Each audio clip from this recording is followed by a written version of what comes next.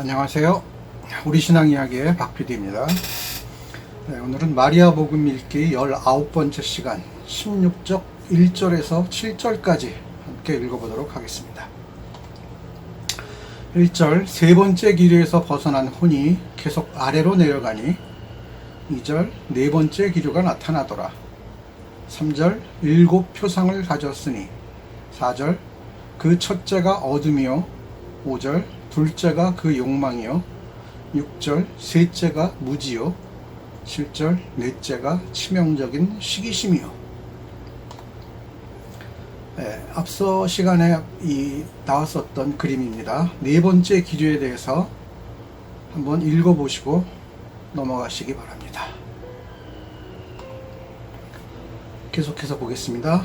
깊은 통찰력으로 무지를 깨달은 혼은 이제 세 번째 기류를 벗어나 네 번째 기류로 접어듭니다. 인간적인 생각으로는 공허함을 느꼈던 그 다음엔 이제 어둠과 방황과 절망의 그림자를 만날 것 같은데 실제로는 분노와 광기의 기류에 휩싸이게 됩니다.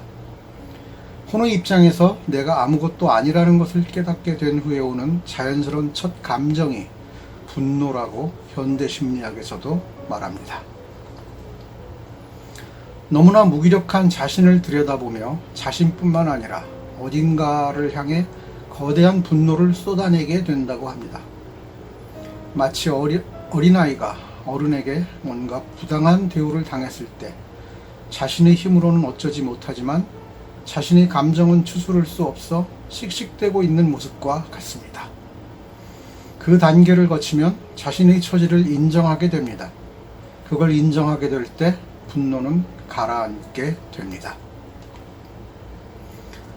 자신의 한계를 인정한다는 것은 자신도 모르게 자신의 그릇이 커간다는 말과 다르지 않기 때문입니다.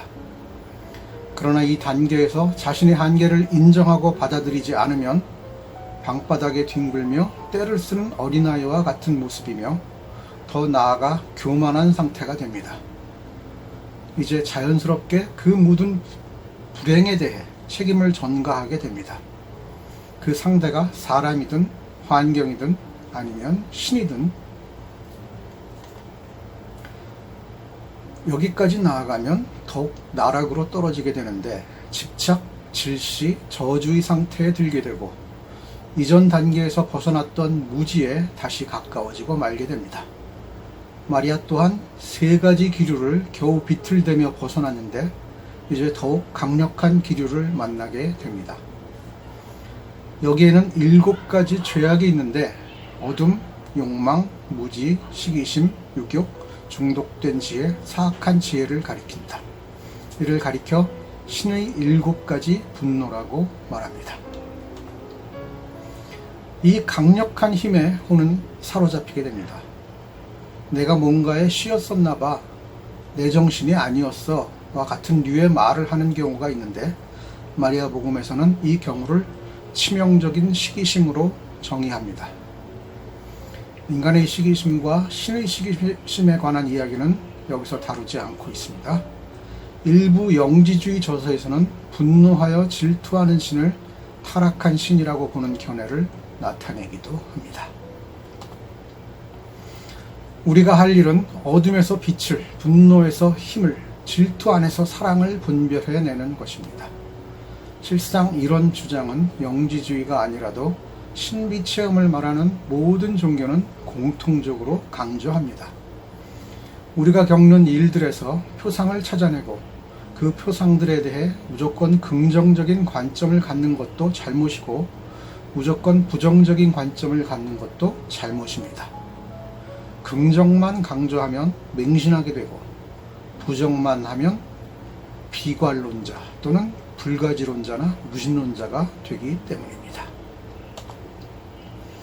혼은 세상의 모든 것을 선한 신과 악한 신의 영역으로 나누는 잘못된 이분법적인 사고를 없애야 합니다.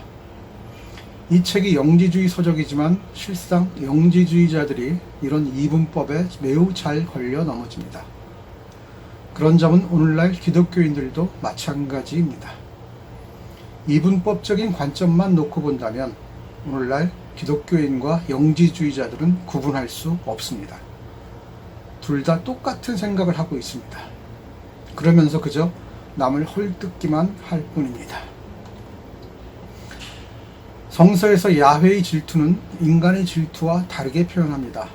이른바 거룩한 분노라고 말합니다. 그리고 그 안에는 인간에 대한 사랑이 있다고 말합니다.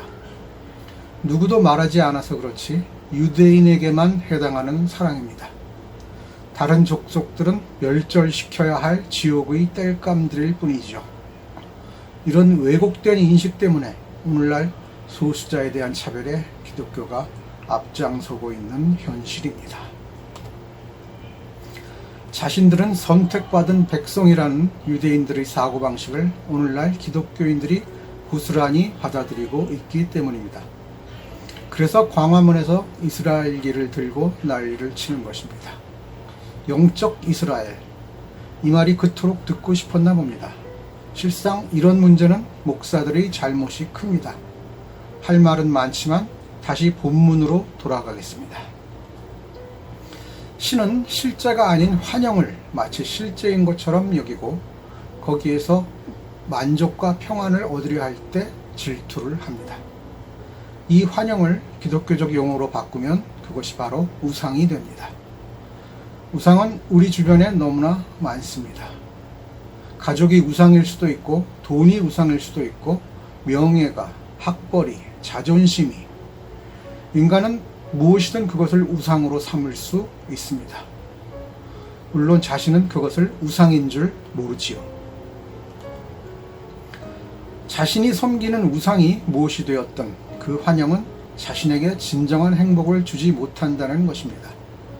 영지주의에서 말하는 진정한 행복은 존재와의 애정과 믿음 속에서 이루어진다고 말합니다.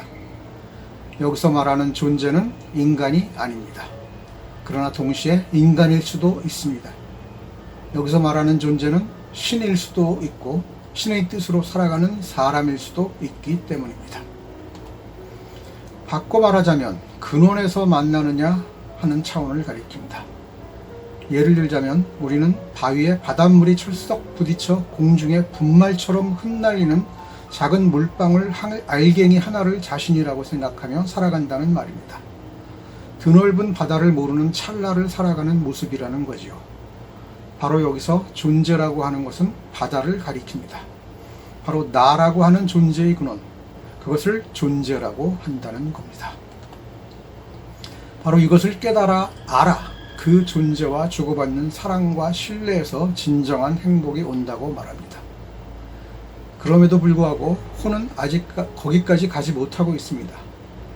욕망을 바탕으로 한 분노와 질투를 버리지 못하고 있기 때문입니다. 한 가지 일을 두고도 그 의미는 서로 상반될 수 있습니다. 그 상반된 의미를 결정하고 수용하는 것은 바로 자기 자신입니다. 반지는 구속과 하합, 목줄은 구속과 조련, 약속은 신뢰와 조건 등과 같이 그 의미가 자신의 결정에 의해 달라집니다.